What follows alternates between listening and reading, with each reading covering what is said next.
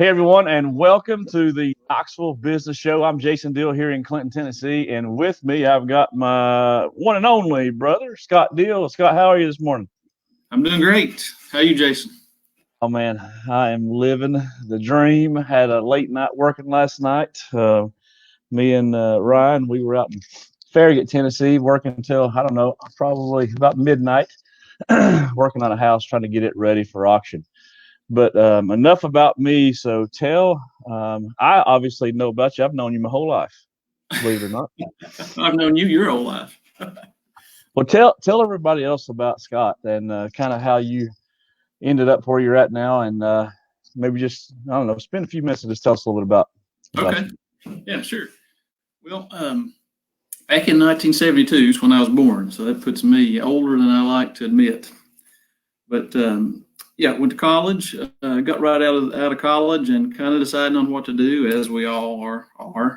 Always had an interest in cars, but came to Bristol and jumped right into the car business. And it seemed like it was a good fit, and it's a fun business, and I've been in it ever since. Started out selling cars. I've been in it now for 29 years. About half of that time was selling cars, and this last half of the time I've been sales manager at Crabtree GMC in Buick. Awesome. So, and what made you get into the car business? Or why did you try to get a car business? First of all, is just to have something to do. I didn't want to be in one of those hourly wage jobs. I want to do something different daily, and being at a car dealership, you get to meet a lot of different people. It's always something new and interesting every day. It's always a challenge, and I always like to see myself as a problem solver. And people come to us with problems; they really have a need. So if we can find a way to solve that problem, they get a car, and everybody's happy. It's a win-win for everybody. Yeah, that's that's kind of a unique perspective. You're absolutely right. Generally speaking, I don't think most people wake up in the morning and decide, hey, I just going to go buy a car this morning. I feel like it's kind of a process, that you go through. You see your vehicle deteriorating, and then you realize at some point you've dumped more money in it over the last 6 months. You could have just bought a new car. And then a lot of people just don't even know what they want, I feel like. Talk me through kind of that experience. And then, you're just like, how does that experience work when people come in? Like, how do you kind of guide them and help them through that decision-making process? Well, to reflect on what you said a bit about people's different levels of interest, it's true. A lot of people get into the car market when they need to, or they're forced to. If their car breaks down or tears up, or they're in an accident, obviously there's that immediate need.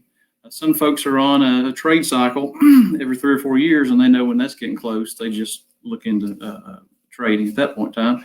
Some folks will trade when the warranty gets close to running out, or there's different reasons. But also, there's different levels of interest. So you may think, okay, I think I need to look for a car. So that's in the early stages. As that progresses, folks may get online and do a little research, or start noticing what's driving around past them and take interest. Maybe drive through the car a lot. Their interest builds a little bit before they take the next step. The next step may actually be to contact a dealership or go there. But there's all different stages of that. And I always try to put myself in the consumer's position so I can look at it from their perspective. If I want to be an asset to them, to be able to help them in that process and help meet the need that they have, I need to understand where they're coming from. And there's lots of facets to that. Budget, what type of vehicle they want, how their needs have changed from the car that they currently have. And I think it's an all-encompassing issue, rather than just, hey, we got a nice car, do you want to trade? So it's a longer process than you're normally thinking. You can break it down into multiple steps. Well, and that was kind of what my next question was, have you seen, I'm sure you have, but how do you handle it? Someone who comes in and says, I want to buy what's the most expensive vehicle you have? They come in and they say, I want to buy this, and you start kind of breaking it down for them, looking at their budget. And have you had to tell someone, I'm sorry, you just can't afford this? Yeah. Being a professional in this career, I would be doing them a disservice if I didn't help guide them in the right direction. So the young person that comes in who just has eyes for this $60,000 truck may not be able to afford it. So by working with them on what their budget is, I can help show them the vehicles that do fit their budget. So I have their best interest in mind. I'd be doing a disservice if I just said, okay, here you go, drive it and check it out. Now you can't have it. Yeah. I mean, that's maybe someone didn't have that in their life growing up, and then just suddenly you're the first person to tell them no. And so and let's get into that. Like, so that's the first time they finally met a bad guy, and that was you. Kind of tell them maybe this is not the right path to go down. Let's just face it. In my opinion, car dealers kind of have a bad name sometimes. Mm-hmm. Because everyone seems to, not everyone, I think a portion of the population seems to think that, for whatever reason, car dealers are out to get them.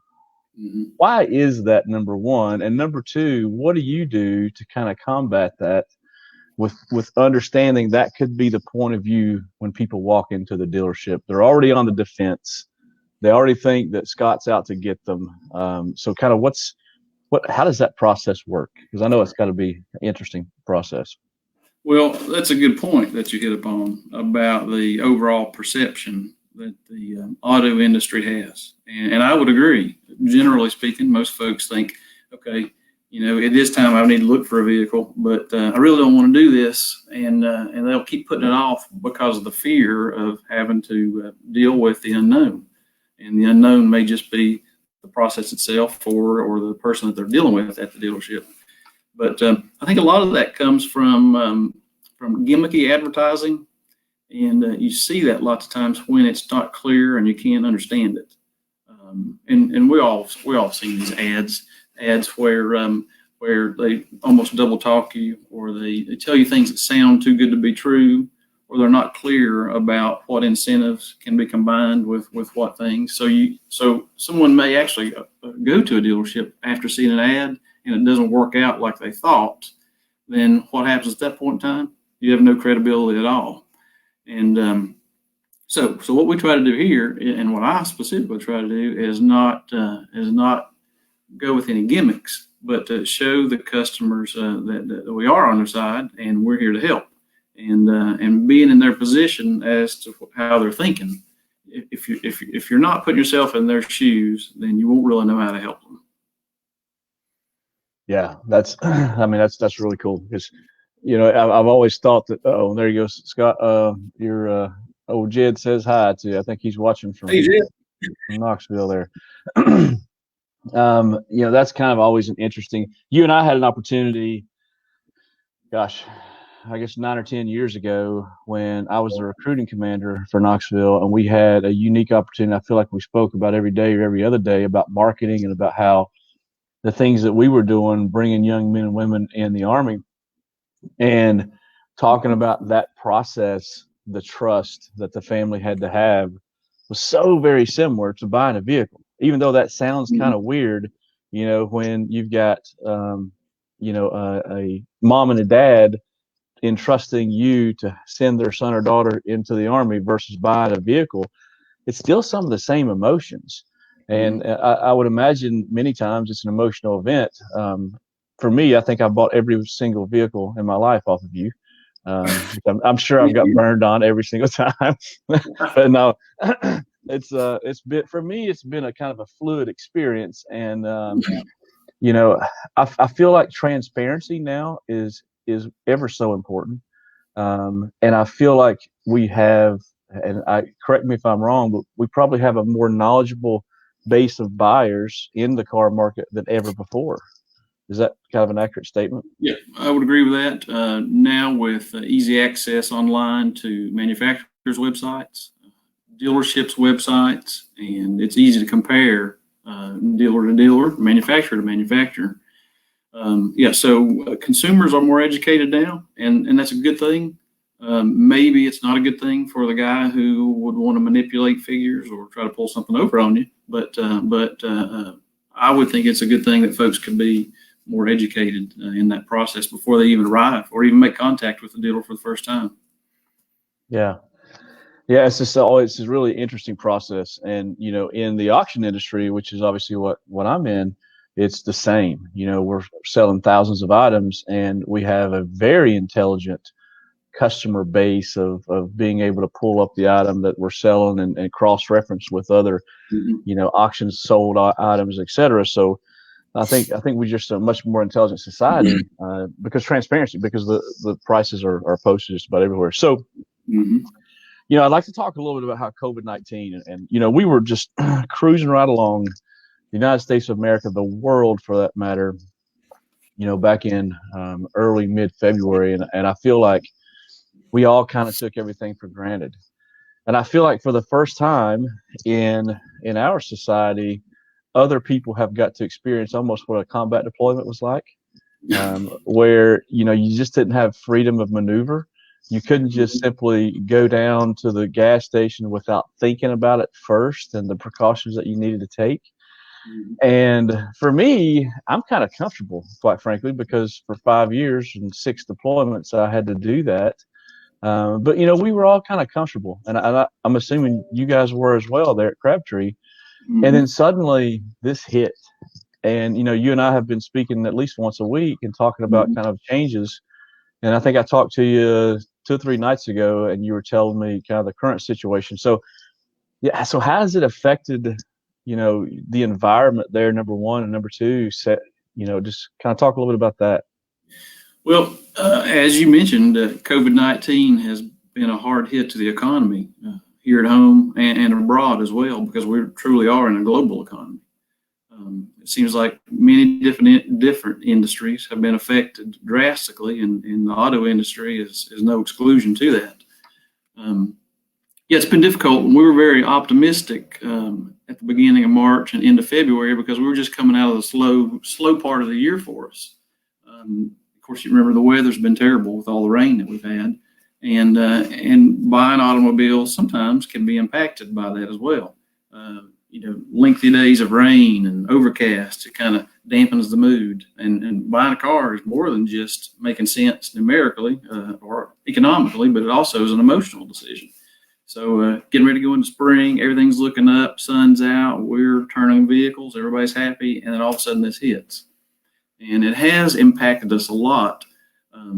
There's been several reasons, I think, but one is with 24-hour media coverage of how COVID-19 has been affecting us and the economy. Obviously, that causes some uneasy tensions with folks. And if you look at how volatile the stock markets are, all those things combined, I think, has affected the volume of sales, at least in the short term, that we need. Yeah, and I think it's even down to, maybe it's we've realized as a society, wants versus needs. Back in who was that? We learned a long time in school. We have that. We have wants, we have needs, and sometimes we confuse those. Of which ones those are. And I feel like an Acadia may be a want right now, a brand new one, versus a need. Maybe you can take a lower, because obviously, maybe not what you want to hear right now, but I think understanding what that is. So how have you, and you're in leadership position there at Crabtree, how have you had to make some of the tough decisions, and what's some of the adjustments y'all have had to make to kind of get through this? Yeah, that's a good question. There is some changes that we've made here, and basically you can look at this as dealers are kind of adopting the CDC recommendations. They have those recommendations out there, as well as each state, I think, Tennessee and Virginia is very similar, but there's executive orders that have been stated, and we try to adhere to that as well. And I made a list of a couple of things I'll just run through just to give you some examples of what I mean by that. Social distancing, we're all supposed to be doing that out anyway, which we do here. No more than 10 individuals in the showroom. We provide hand sanitizer all throughout the dealership so folks can use that generously. We disinfect frequently, matter of fact, every morning and evening, in all the surfaces that are frequently touched, like doors and handles and desks, and computer keyboards, and the mouse, or is it mice? You call it mouse or mice? What is it? Our staff has been downsized. The operation in general has been, so we have less employees. So, dealers are really focusing on efficiency right now and ease of use. We have less people involved, but that's kind of the idea right now. So we've made some strategic changes, and we're trying to be more efficient with what we do.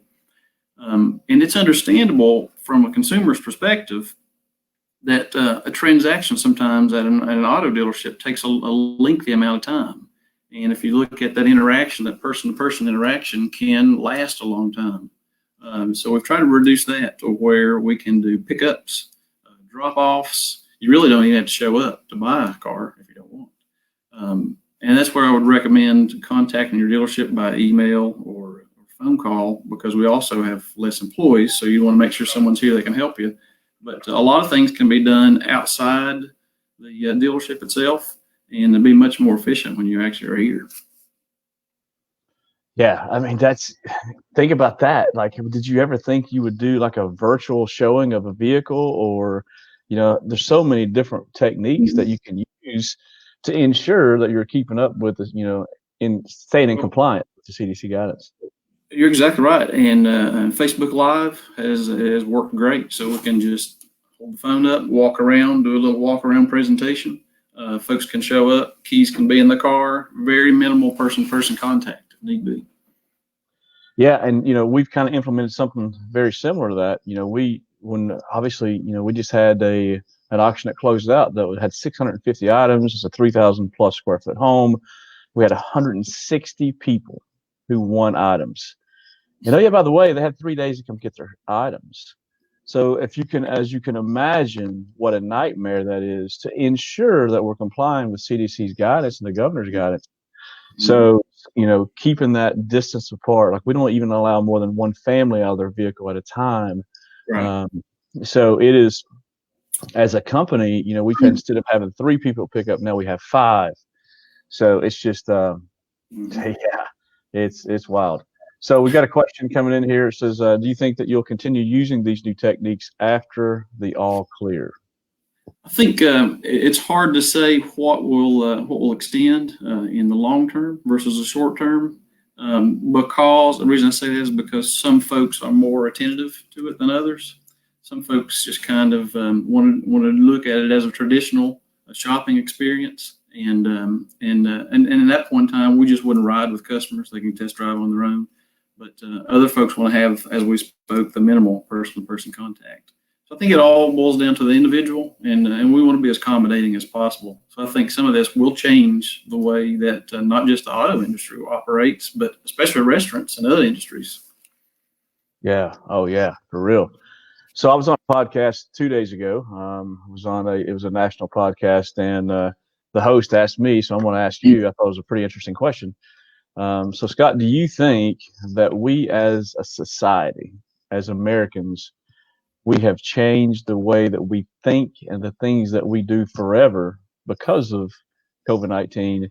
And, you can talk specifics or you can talk generalities, but do you think that we've had a mental switch and we're going to be adjusting how we kind of interact and do business? I do think to some extent, this is something that we haven't gone through before in our lifetimes. So I think there will be things implemented that continue to stay. And I think that is more prevalent probably in the restaurant industry. I think that in their situation where, you have food, you have the susceptibility to infect more people frequently, I think those things will change. I think it's probably going to be for the benefit, but there will definitely be some changes that will always occur.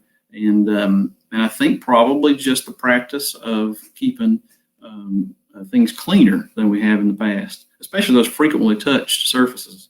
So I think that'll be a practice that will continue. And I think that's an interesting question, but I'm interested to hear from others about that as well. Yeah, really, because obviously you and I don't make up society, but my response, believe it or not, was very similar to what you just said. And I think it's, I don't know, maybe it's the blood in us. Well, yeah, those are obvious things that we probably all see, but there's other things that we're probably not even aware of yet. My concern may be with schools not being in. Will that affect kids next year based on what happened this year? I don't know. But all I know is that Maggie is extremely disappointed in missing her senior year of softball. Yeah, and for those of you watching, my niece, Scott's daughter, I mean, she's a senior, and she just signed at King University, so she's going to be playing there next year. We're all super excited about that. But if we can all, I think we can all relate to this. Our senior year, I can remember literally crying on the track after our last track, event. I mean, yeah, just an emotional time. And we as parents, we got to figure out how to adjust that because, again, it's not like we've seen anything like this before. But I think our lives have certainly changed. It's just going to be how we kind of, deal with this throughout the future. Because this is likely going to happen again, something to this effect. We just don't know exactly what that looks like yet. Mm-hmm. So, listen, brother, I told you I was going to keep it at 30 minutes. We've been going for about 24. I know you're a busy man. I can't thank you enough, but I've got one very important question that everybody I think is going to want to tune into here and spend as much time as you want talking about this. But, is it a good time right now? And I want and talk specifics if you want to buy a vehicle and to sell a vehicle. Kind of talk to us about that. I have no idea. Yeah. Look, if you and everyone watching is like me, we always want to know when there's a good deal out there. And we always want to know that we took advantage of the good deal, because when you miss the good deal, it comes back to haunt you forever, right? but we have to be transparent and honest and open about this. Manufacturers and dealers always have some incentives in place, and that may be in the way of rebates, that may be in the way of special APR rates, or just special discounts. And there's always something going on at all the time. It always is. It kind of fluctuates, though. It's up and down. But most folks may agree that the best deals typically are year-end or closeout. Those vehicles that are left over, you always hear those leftover deals are the best because the discounts are deeper. And that's true. But a lot of times what happens at that point is if you're trying to buy a 19 that's left over, or an 18 even so, it's probably there because it was overlooked. Maybe it's not the right colors and equipment combination, and the choices just aren't enough to maybe find the one you want exactly. So here's what's going on right now. So I'll give you some facts. I'll give you some incentives that are going on, and let the viewers decide if it's a good time or not. I think you'll be surprised. There's some new things that's going on that we haven't done in the past. I speak, maybe for the auto industry generally, for our dealership specifically. Because all manufacturers aren't doing the exact same things, and all dealers don't look at it exactly the same way. But I made a couple notes. I'm going to run through this with you. To all the viewers out there that are watching, you probably have heard of supplier pricing. And General Motors has always set aside a special pricing program for folks that supply materials, labor, and other things like that to General Motors. So you get a special pricing program. And it's, rather than starting out at MSRP, working your way down and then taking off rebates, you start at a much lower number to start with, and you still get the same incentives that the other consumers do. So that's still going on. Suppliers get supplier, but listen to this. This is who is included now. All military personnel, active, reserve, or retired, can take advantage of supplier pricing. Okay. First responders, it's just been added recently. Firefighters, police, EMT, paramedics, 911 dispatchers, healthcare professionals. If you want to see what healthcare professionals are included, they're included all healthcare professionals defined by the U.S. Bureau of Labor Statistics, and that link can be found on the United States Department of Labor website. And it's not just your nurses and doctors. I'm just going to name a few: chiropractors, dentists, exercise physiologists, medical transcriptionists, occupational therapists, opticians, podiatrists, veterinarians. This is a long list, multiple pages, so it really offers this to a lot of people that were not able to get it before. Okay. Also, educators, teachers, administrators, and also support staff can take advantage of supplier pricing. and this is a new one too. College program has been added to where if you're enrolled in a 2-year or 4-year college or nursing degree, even up to 2 years of graduation, you can take advantage of supplier pricing. All right, does that make sense? Here's the big news. Okay, the big news is you can combine that with all the incentives that are out there, and the incentives now being offered are like year-end closeout incentives. So it's like clearance pricing. So you get to start out with the lower pricing and take advantage of the rebate.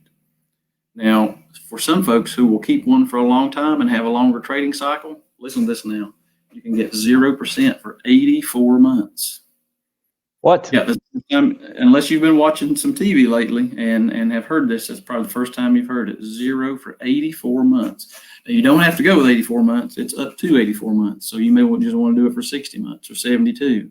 But that's an unheard of offering so far. So here's what we're dealing with. Overall volume has been affected recently. So there's lots of cars out there now. The supply is great. So when the supply is great, then there's more choices, and it's likely you'll find one that you really like rather than having to settle for something at the end of the year to try to get a good deal on it that doesn't really suit you exactly.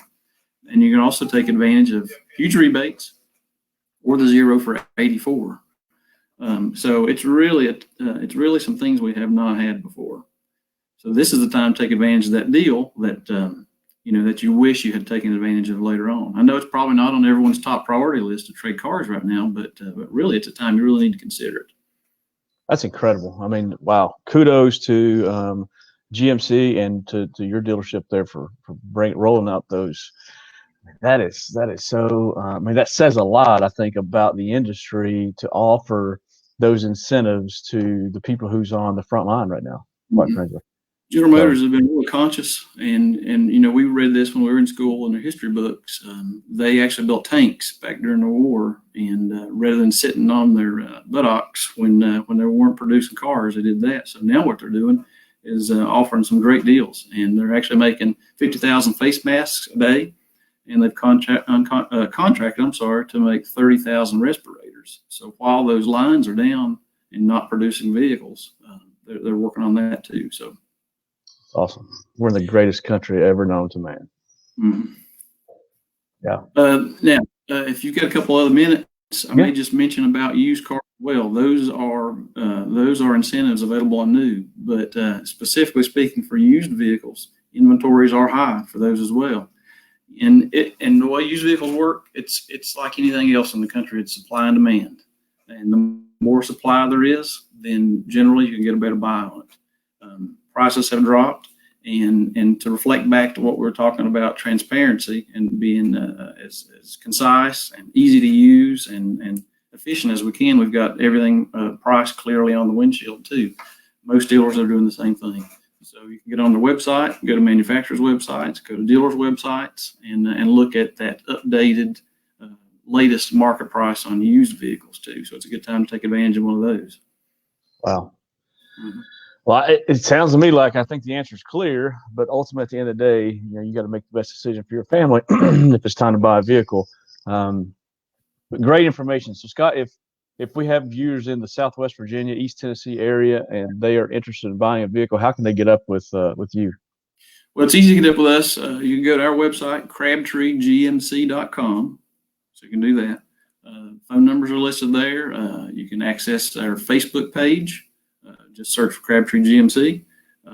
You can call us directly. We have an 800 number. We have a local number.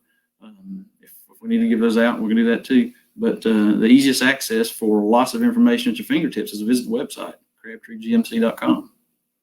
crabtreegmc.com. Ladies and gentlemen, go check it out. You've been hearing live from Scott Deel, manager at Crabtree GMC. We thank you all for joining us today.